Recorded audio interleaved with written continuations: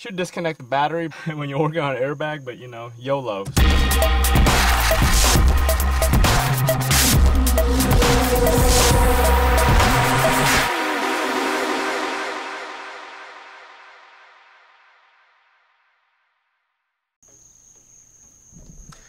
Hey guys, welcome back to the channel. So back in the garage, kids are asleep. It's like 11 or 12 o'clock at night. Wife's watching TV, so I decided to go out in the garage, do some troubleshooting on my car. I got a check engine light a couple days ago. I'm going to be running Techstream just to figure out what's wrong with that. And while I'm at that, inside the car, I'm going to do a minor upgrade here, putting this little counterweight on my steering column. So if you don't know what this is out of actually an ISF. It's an ISF steering damper.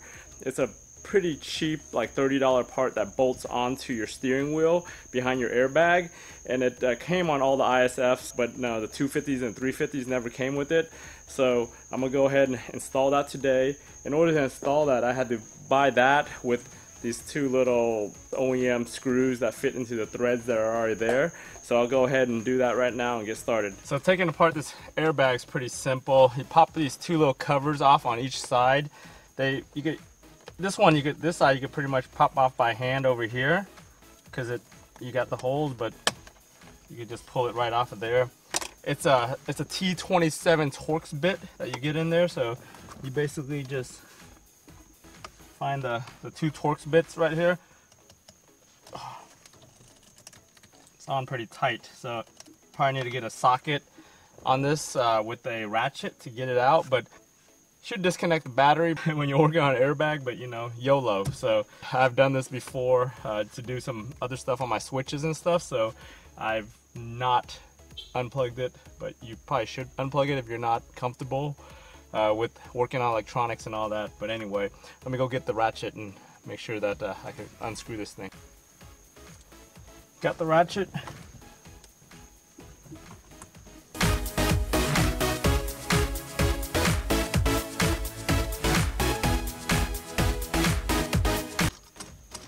And then the Torx screws don't really come out.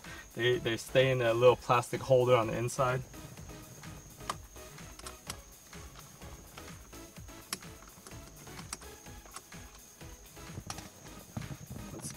Let's do, just pull it out, unplug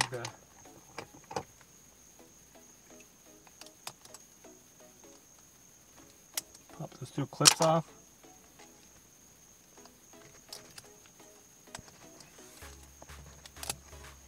Airbag out.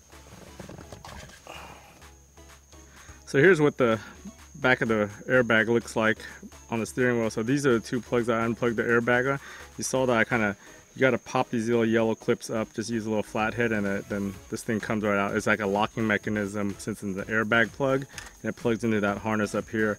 Then you got this is the horn harness that's on the airbag right here that I had to unplug to get off, and then the rest of this is for all the controls. So if you ever had to do anything with these switches over here, this is how you would access it, with these little screws. Like 10 or 12 years ago, I did the LED upgrade replacements out of these. I changed all the greens to white, so I took these two sides out and took everything apart and did that. I'll go ahead and put in that ISF steering damper. It's pretty simple. It's just two screws. It's already pre-threaded right here. It's got one thread right there and one thread over there. Screw it in, tuck all the wires, and you're good.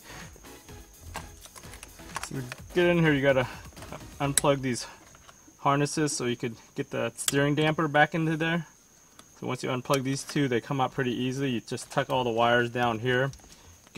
Kind of line everything up. Make sure the holes are all lined up in here. Alright, so you gotta run the wires through this hole. There's some guide holes that it kind of just goes right into right there. So you can come up, let's go look up closer. So you can see right there, there's those guide holes right here. So they go right into there, and then you just put those two Phillips screws in there with the threads, and then tighten it up, and it should be good to go.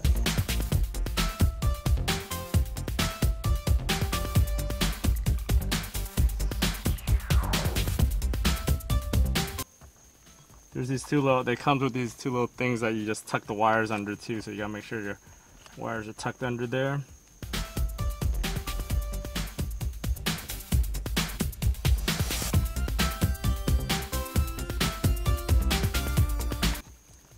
Everything's good there. So get the airbag and put it all back together.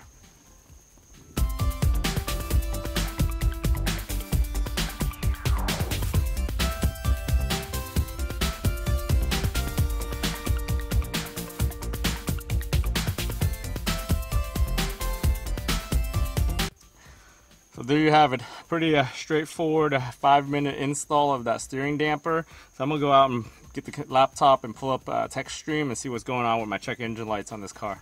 If you guys don't know about Techstream, you gotta check out one of my other videos that I did on the whole Techstream and the options and stuff, but it's pretty simple, straightforward. Just plug up this cable. It's an OBD2 cable.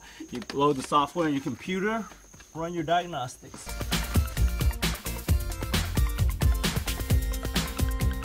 Once it pulls up, just turn the car on. Probably best to just start this car.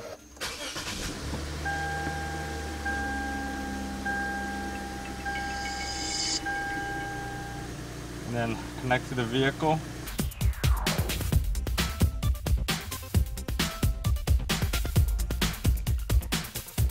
Just run a health check right now.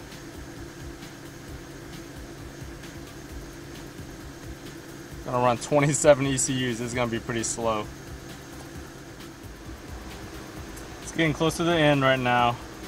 I have a feeling this check engine light is related to probably that catch can and all that I did recently. If you haven't seen that video, check out the video. I have a link to it right now. So it looks like right now I've got a bunch of codes. So I've got airbag, smart access. So what I'm gonna do, I'm gonna end up just clear all these codes right now, and then I'll see if that's the issue. Asking if I want to clear everything.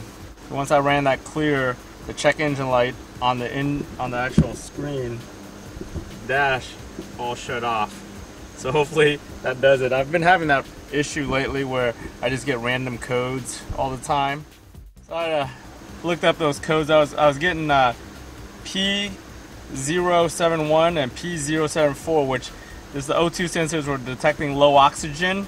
I have a feeling because I'm running low on gas. I haven't put fuel in this car in a while. That's probably one of the reasons why that code was on there. But I've got all these other codes, that like a bunch of ABS codes and all that, and I'm pretty sure that has to do with once those that check engine light comes on, all this other crap comes on this car. And then after I cleared that code and I ran the health, looks like I'm also getting a B1421 and B1424 for the air conditioning system, which I'm not sure what that means. Solar sensor passenger side. I didn't know that was a thing on this car. Anyway, it's not really a trips a light or anything, but it's just a stored code in the ECU. Anyway, so I'm finished with this, so I'll call it a day. It's lit as fuck. You guys saw this shirt. I was messing around with some designs on teespring.com. Some shirts and some merchandise for the channel. Made this first design here. It came out pretty good for just kind of messing around, kind of amateur stuff. I'm not really a graphic designer or anything like that. I just like to play with Photoshop and photos and things like that. But it came out pretty good. This is extra large and it kind of big on me. Actually printed on just a regular Hanes t-shirt. So I've got it on teespring.com right now for $20.99. So if you're interested in a shirt, check it out. I got a link in the description and a link up top here if you're interested in getting one of these shirts. Also, since you guys watched all the way to the end, I'm gonna go ahead and give one of you viewers a chance to win this. All you have to do is like this video, comment on the bottom, and once this video hits 2,000 views, I'll go ahead and select a random winner to win one of these shirts. All I've got right now is extra large. I just ordered a couple of these samples for extra large just to try out. But anyway, I'm going to be, kind of messing around with other designs and other graphics and things like that on Teespring. So, as I get more shirts or more designs, I'll go ahead and post them up and I'll tell you guys about them. And if you're interested in it, just go ahead and pick one up. And I kind of set the prices on them based on what they recommend. So depending on how well they sell or how you guys like them, I'll bring them down if anything, if you guys think it's too expensive. So comment down below, tell me what you think. Anyway, thanks for watching all the way to the end of this video, and I'll talk to you guys next time on the next video.